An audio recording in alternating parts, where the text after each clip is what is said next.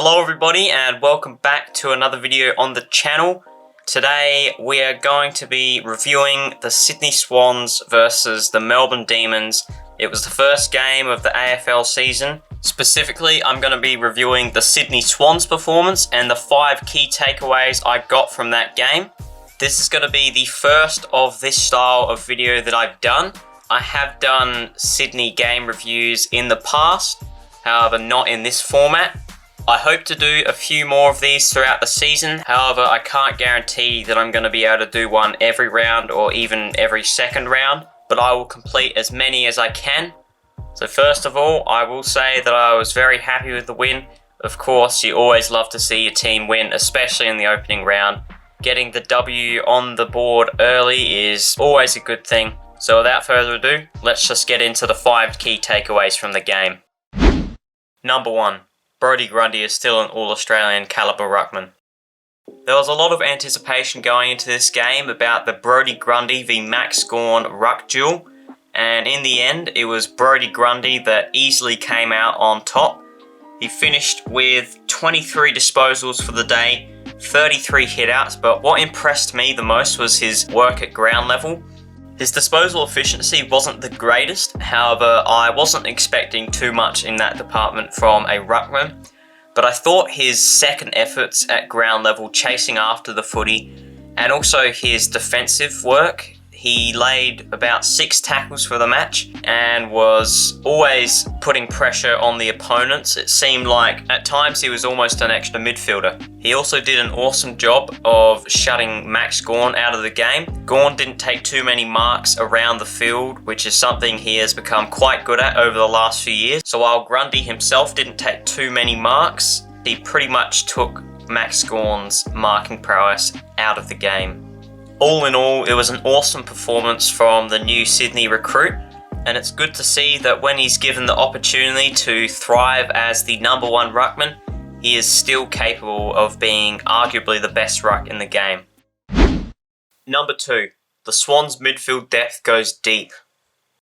Coming into this game, there was a little bit of concern about the Swans midfield, as we had Luke Parker, Taylor Adams and Callum Mills all out injured for this game, meaning that the midfield was quite young and a lot of people weren't sure whether it was going to be able to match the big bodies in the Melbourne midfield. However, that turned out to be completely not an issue at all, as while the midfield is still very young, it still does have a reasonable amount of experience through exposure in the last few years. Not only that, but players like Papley and Heaney are still able to chop out in the midfield. It's possible that Heaney may play a full-time midfield role, even when Taylor Adams and Luke Parker come back. Overall, I was very happy with how our midfield performed. Players like Rowbottom, Warner and Goulden all stood up. James Jordan was alright as well. Heaney and Papley were fantastic, and Angus Sheldrick didn't even play, so there's still more options should we get even more injuries to this part of the ground. Number 3. The Swans aren't afraid to use the corridor. The main thing that I thought was the difference between the two sides on Thursday night was the team's ball movement. Melbourne were very predictable, pretty much always just bombing it long down the line, which allowed for our defenders to come across and cut the ball off or spoil the ball away. However, Sydney quite often tried to change up the angles and cut back inside, take risks and bold attacking movements. Now, of course, these didn't always come off. There were quite a few mistakes which led to turnovers and in some cases scores. However, you need to take risks in the modern game, and that is exactly what Sydney did. We have some brilliant kickers on the team such as Braden Campbell, Nick Blakey and Errol Goulden, and their damaging left boots were able to cut through the Melbourne defence, and in the end I think that was probably the main reason why we won that game. Number 4. Our key forward combinations might take a little while yet to click. From the positives to the negatives, I didn't really see a lot to get excited about from our key forward combinations. Now, this could have just been an off game for all of them. The 3 key forwards, Joel Amadi, Logan McDonald and Hayden McLean, combined for 3 goals, 2 of those off the boot of McLean and 1 off of Logan McDonald late in the game. However, for the most part, they did not really impact the game much at all. Now, all three of those players are still very young. They're probably still finding their feet in a forward line now without Lance Franklin. So I'm not too concerned yet. However, I would like to see more from them in games with more favourable conditions for the key forwards. It was very sweaty and humid on Thursday night, so there was a lot of fumbles. The ball was slippery, which isn't ideal for marking key forwards. But on the same token, I would like to see them really crashing packs more and bringing the ball to ground when they aren't able to mark the footy. So I'm hoping this was just a bit of an off night for the three of them. We've still got a little bit of work to do in that area.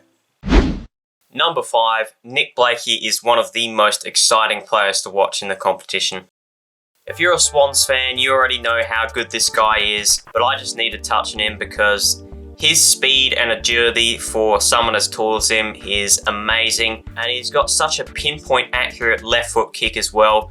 That kick he did where he just pulled it late and went across his body inside 50 to Isaac Heaney is just, like, that is something not easy to do at all going at the speed he was. And when he gets going sprinting off half back, there is just about not a single player in the competition that could catch him. He is just such an exciting player to watch when he's up and running, and that nickname of the Lizard certainly suits him because that is exactly what he looks like when he's running off half back. So there's my 5 key takeaways from the game. I hope you did enjoy the video. Please let me know what you thought of it if you're a Swans fan. And if you're not a Swans fan, please let me know what you thought of it as well. I probably won't be able to do one of these every single week, but I'll try to do them as frequently as I can. But if you did enjoy the video, please leave a like and subscribe. That would be much appreciated. And I will see you in the next one. Bye.